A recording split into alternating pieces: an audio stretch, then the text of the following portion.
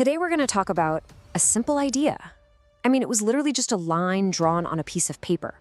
But this one simple idea completely changed naval aviation forever and ended up saving an untold number of lives.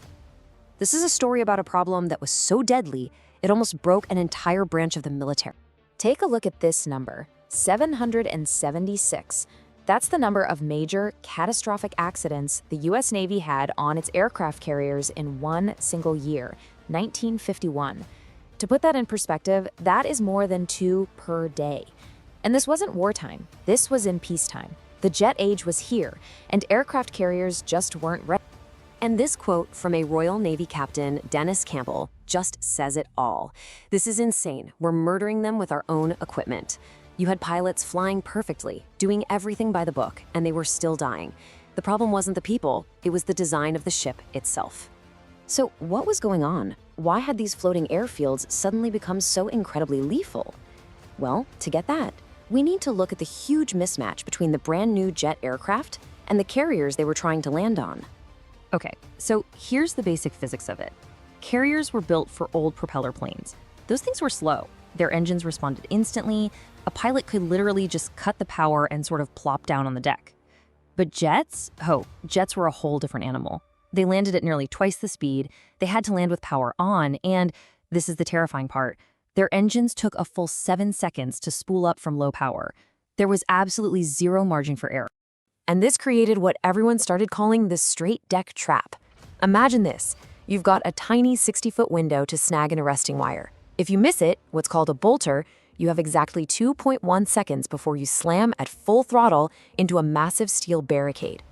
And right behind that barricade, a parking lot full of other aircraft, packed wing to wing, all full of jet fuel. It was an absolute nightmare. Now, the navies of the world knew this was a huge problem. They were trying everything. The British came up with these weird rubberized flex decks that were supposed to catch the plane like a mattress. Test pilots just called them bloody terrifying. The Americans just built bigger, stronger steel barriers. But see the pattern here?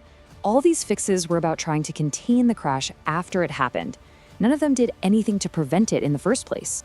So the solution wasn't going to come from some famous aeronautical engineer or a hotshot test pilot. No, it came from the last person anyone would have ever expected. This is Captain Dennis Campbell.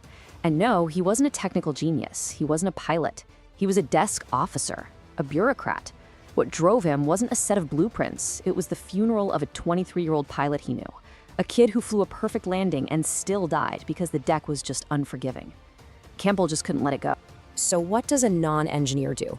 He obsesses. He reads every single accident report he can find. He talks to the pilots, he talks to the guys on the deck waving the paddles, and he starts sketching. And then one day on a train ride, just doodling in his notebook, he asks this question that is so simple, it's almost radical. Why does the landing strip have to be parallel to the ship? What if we just angled it a little? If you angled it, a missed wire wouldn't end in a barricade, it would end in open air, where a pilot could just firewall the throttle and go around for another try. It was an elegant, simple, life-saving idea. So naturally, when he presented it to the experts at the Admiralty, they told him he was completely out of his mind. Oh yeah, the establishment pushed back, and they pushed back hard. They said it was illegal under maritime law. They said it would create weird aerodynamic drift. They insisted that pilots could never land across the natural pitch and roll of the ship. It was dismissed, flat out, as amateur nonsense. They had a whole list of reasons why it was impossible, all based on how things had always been done. But Campbell's idea found a champion. A civilian engineer named Louis Boddington saw the genius in it. And when a senior admiral warned him that testing this crazy idea could end their careers if it failed, Boddington shot back with this. His point was devastatingly simple. And if it works, then we stop killing pilots who did everything right. What's the bigger risk? Trying and failing, or not trying and letting the body count keep climbing? Well, that pretty much settled it. Campbell's crazy idea was finally going to get a test.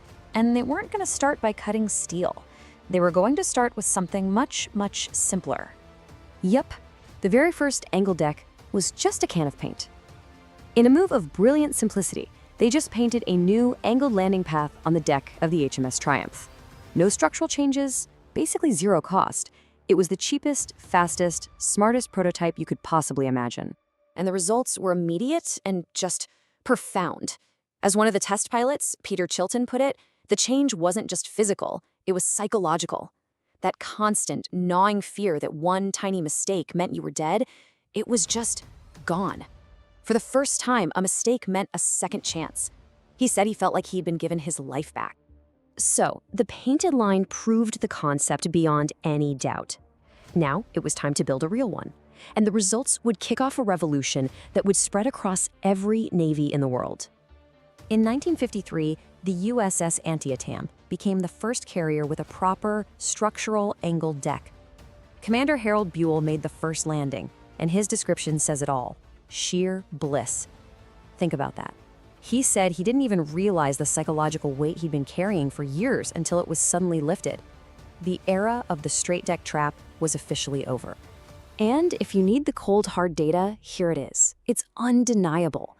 In the US Navy, the average number of landing accidents went from over 300 a year in the straight deck era down to just about 60 a few years later. The problem was just solved.